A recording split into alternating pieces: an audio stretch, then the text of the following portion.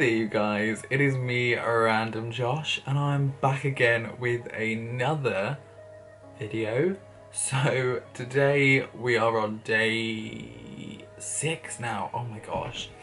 So today we're on day 6 of our 7 Deadly Sins makeup week. This has been so mad. But this is obviously our Envy look. So very green, very inspired by snakes, you know how it be. So I really wanted to try and, it's not best, but I really wanted to try and like emphasize a snake coming out of the eye there. Oh, she's looking sickening. A lot going on. So if you want to find out how I achieved this particular look, then stay tuned and check out down below because all the products will be listed for you down there. So we are kicking this tutorial off by, of course, priming the skin. Who is shocked? Not me. So we are starting this with my Revolution Pro Pore Primer. So I'm just using this to essentially create a nice, smooth, textureless base. Obviously it's not getting rid of all texture, but it helps, cover up some of those pores, which are mainly around that area. And next I'm going in with my Maybelline Anti-Redness Primer as well. So just making sure that that is nice and worked through the skin, just to get ourselves ready for a nice beat. So yeah, just working that through the skin, making sure that we have got every little nook and cranny primed and ready. So now we're jumping in with my Fenty Beauty foundation. So just using my buffing brush there just to buff that into the skin, dabbing the to build the foundation first, so that we can obviously get that kind of coverage down, and then buffing it through so that it does blend a little bit better, because you don't want it to be quite obvious, if you know what I mean. So yeah, just going down the neck as well here so that we can marry the shades together so that it doesn't look like I have a pale neck and a not so pale face. So just try to get that even, making sure that we are covering all of those little bits and pieces. And now, of course, onto powdering the skin. So I'm using my Revolution Translucent Setting Powder. I don't know what happened there, honestly. It just kind of gathered around my nostril. But hey, we work with it. So yeah, just mainly powdering the highlights of the face. So going over those cheekbones, onto that forehead and down the nose as well, and I'm also just carving out that top bit of the jawline as well, just because it gives a nice bit of shape and definition. But I also use that as a guideline and then spread the powder out from there, so that we are still getting the whole face covered in powder. It's just that those areas get that little bit extra, so that it helps to highlight those zones. So now we are on to contouring the face. So I'm using my Benefit Hoola bronzer here. So just using that to work into the jawline, and well, I always call this the jawline and I don't know why. I cannot ever call it cheekbones. So yeah, just going into those cheeks there, making sure that they are nice and snatched and gorgeous. So just following along with the natural bone structure of my face and just emphasizing it to another dimension, basically. And I mean, it looks a bit crazy, but don't worry, as you can see there, I did actually go in with my powder brush, which nullified it so much, which was nice. I've never done that before. I don't know what drove me to do that, but hey, it worked. And I felt really good about it, because sometimes I can see here it comes out so dark, but then you go in with the powder brush and it just nullifies it enough that it looks more natural. So it's not like someone's just come along and whacked me in the jaw, do you know what I mean? So now, of course, going in with the nose contour, getting that nose nice and fresh. Yes. So now we're jumping in with a bit of blush.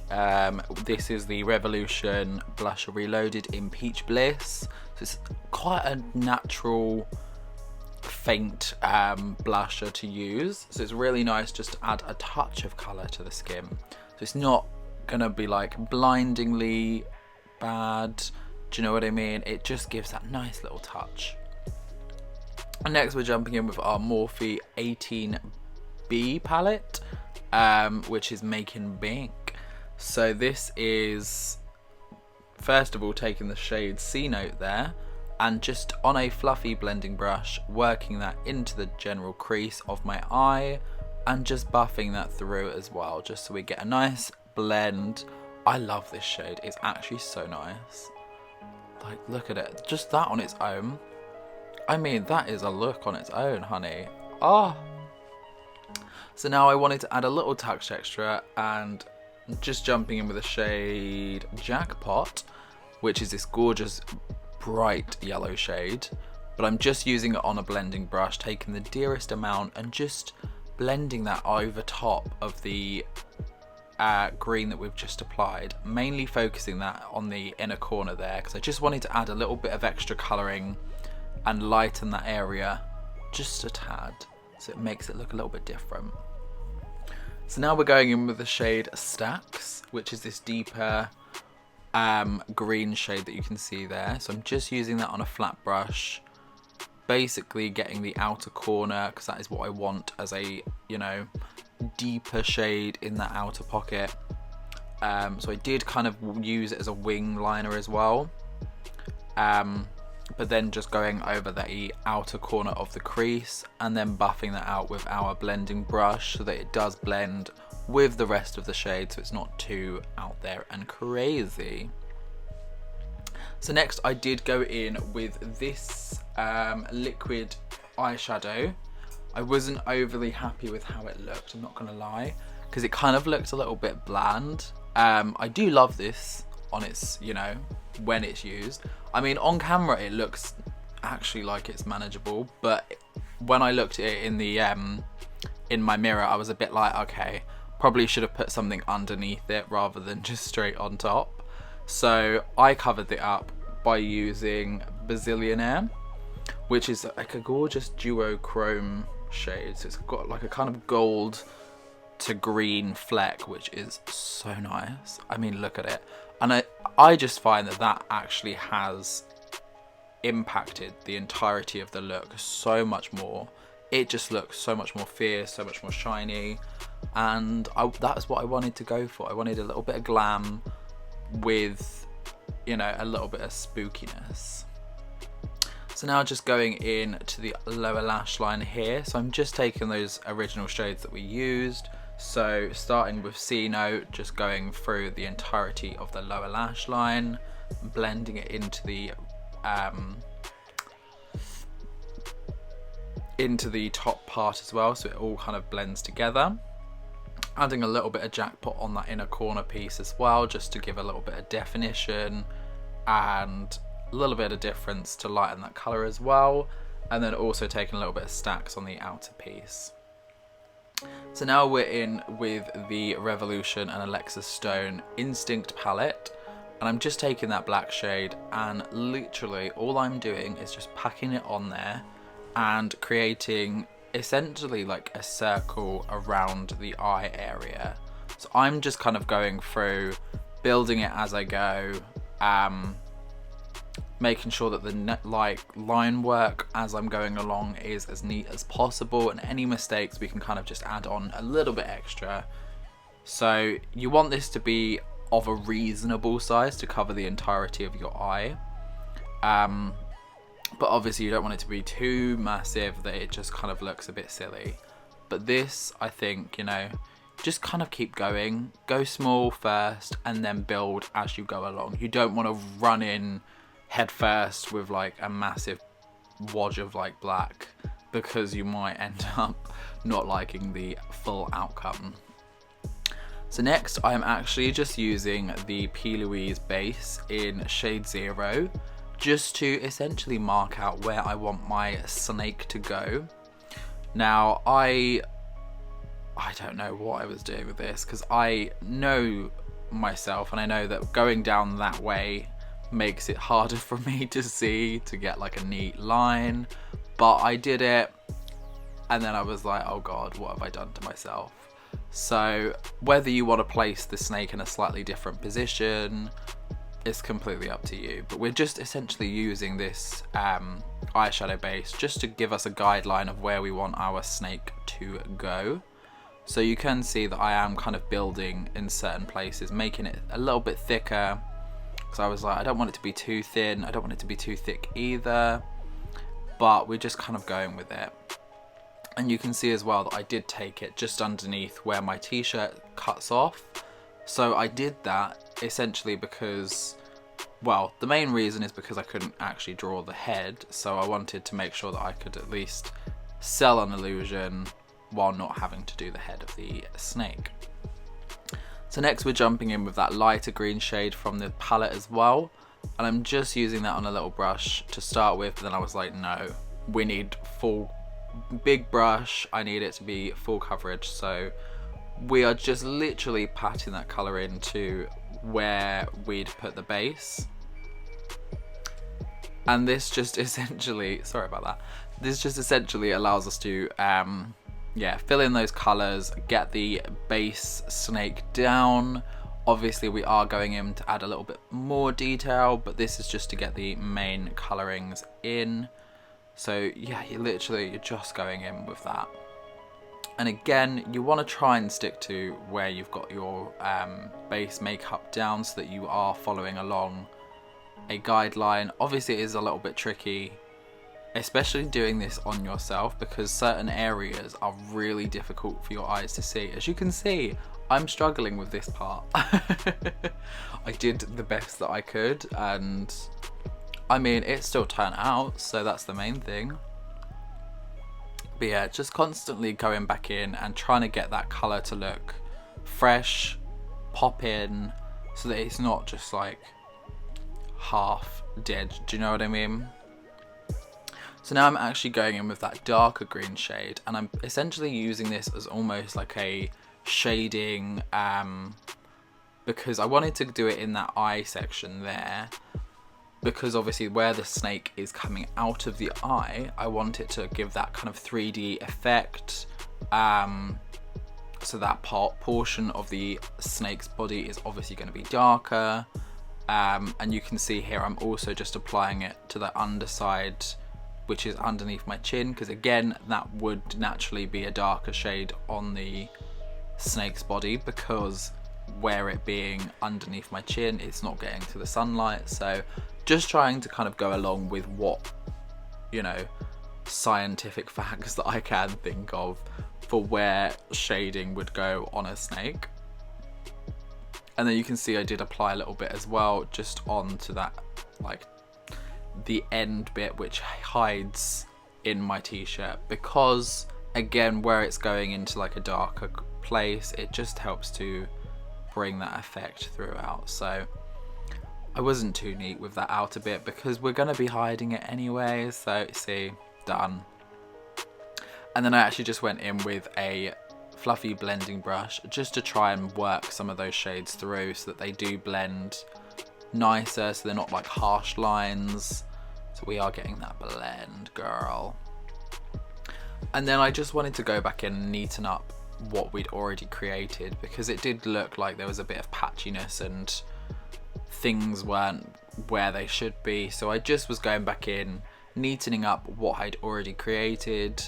So it did mean thickening the lines up a little bit more, so that snake is getting thicker and thicker as we go along, which again is probably why you should start small and then build as you go along, because if you go too big and you make a mistake, it's harder to correct at a later stage. So starting small, get big later. It helps, trust me, because this is a challenging thing to do. Another note as well is to not do the snake at the corner of your jaw. So because of a snake skin being quite scaly and like almost reflective, I wanted to add a little bit of shine to it. So I went in with this shade Cha-Ching, which is like a golden shade as well. So I'm just basically adding that on top of the green shades, not hammering it on too much, but just enough that we can kind of blend it through, buff it into the green. And this just helps to give a little bit of texture, a little bit of like a different shiny effect to the snake's skin there. Now obviously you could use different methods. Thinking about it, if you have like, what are they called, like a stocking thing, fishnet tights, that's the one. Using that on top of this would probably give a little bit more of a scaly effect, because you will cover over those certain areas. But obviously for this I was not that bothered. I just wanted to kind of throw glitter onto it and make it that more shiny texture, so that we've got it there. So anyway, onto lips now. So we are jumping in with this gorgeous Sugar Pill lipstick. I mean, it is stunning, and this is in the shade Hydro. So it's like a metallic sparkle with like a green metallic-y sparkle, but it's kind of got a blue tinge to it, as you can see, but it is still green, and it is honestly so stunning. I mean, these like Sugar Pill lipsticks are amazing. The color payoff, the feeling, it is so buttery, it is lush, honestly. If you ever get a chance to get yourself one of these lipsticks, I would highly recommend it, because they are so lush. And I mean, look at this color, girl. I mean, you can't see it at the moment, but give me a second. She's trying to put it on and trying to be neat about it and failing, as you can imagine. So I wanted to add a little bit more of a snaky detail for myself as well, so it's not just the one snake that we've got. So to do that, what I did is I just took that red shade from the palette there and just essentially created a little tongue for the mouth area. So I did, as you can see, do quite a small tongue at first, and I was not happy with it. So I did kind of go back in and go a little bit ham with it. So you can see it now, it is quite, well, when you see it, it is a little bit larger than life. But yeah, so I wanted to also highlight the skin to make sure we're looking glowy and fresh and beautiful with the amazing shade Do You from Be Perfect. So we've gone a little bit of a different route as well. So we're going in with eyelashes now. So using my Benefit mascara here just to prime those for the lashes that we're going to be using today. So just using those in a downward motion just to cover the tops of my eyelashes. And now for the falsies, so we are going in with Indigo Rose Vonnie lashes. I haven't used Vonnie lashes in so long, and they are so gorgeous. So I just wanted a little bit of pop of glam, which helps to emphasize that other side, but also just gives a little bit of something to the darker side as well. It's a very two-sided makeup look that we've got going on here. So yeah, just making sure that they are applied nicely, and then whacking a bit of mascara on top just to blend my natural lashes into these falsies so we do not have any craziness, and coating the bottoms as well. So now we're going on to eyebrows, so I'm going in with my Revolution Pro pomades. So essentially just going in with taupe here, as always, carving that brow out, getting the shape down, making it nice and flaky, as you can see, getting it nice and strong browed. And then we're actually going in with the medium brown shade just to emphasize the different areas. So mainly the tail end we will be emphasizing, as you can see here, just to give it a stronger bit of color. It makes it pop a little bit more defined, and just adding definition throughout the brow really. but it's mainly that tail end that I tend to use this on, just because it gives that strong tail brow. I live for that. Look at it, just look. Oh. And of course, just finishing off by setting the skin with my setting spray, and boom.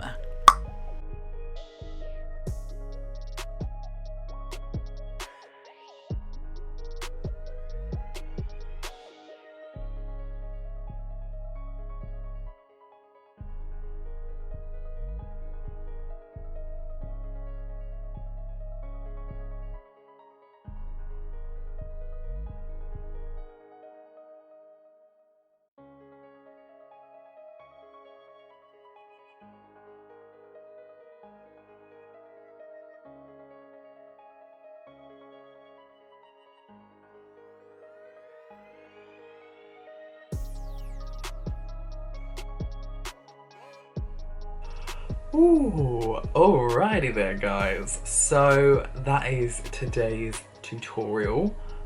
I hope that you've had fun with this. I definitely, you know, have been enjoying doing all of these, and I mean this one in particular, I'm not a huge wearer of green, but like, I mean this glam eye, sorry, and this lip, it's kind of more blue almost on camera, but like IRL is like a greeny. Oh,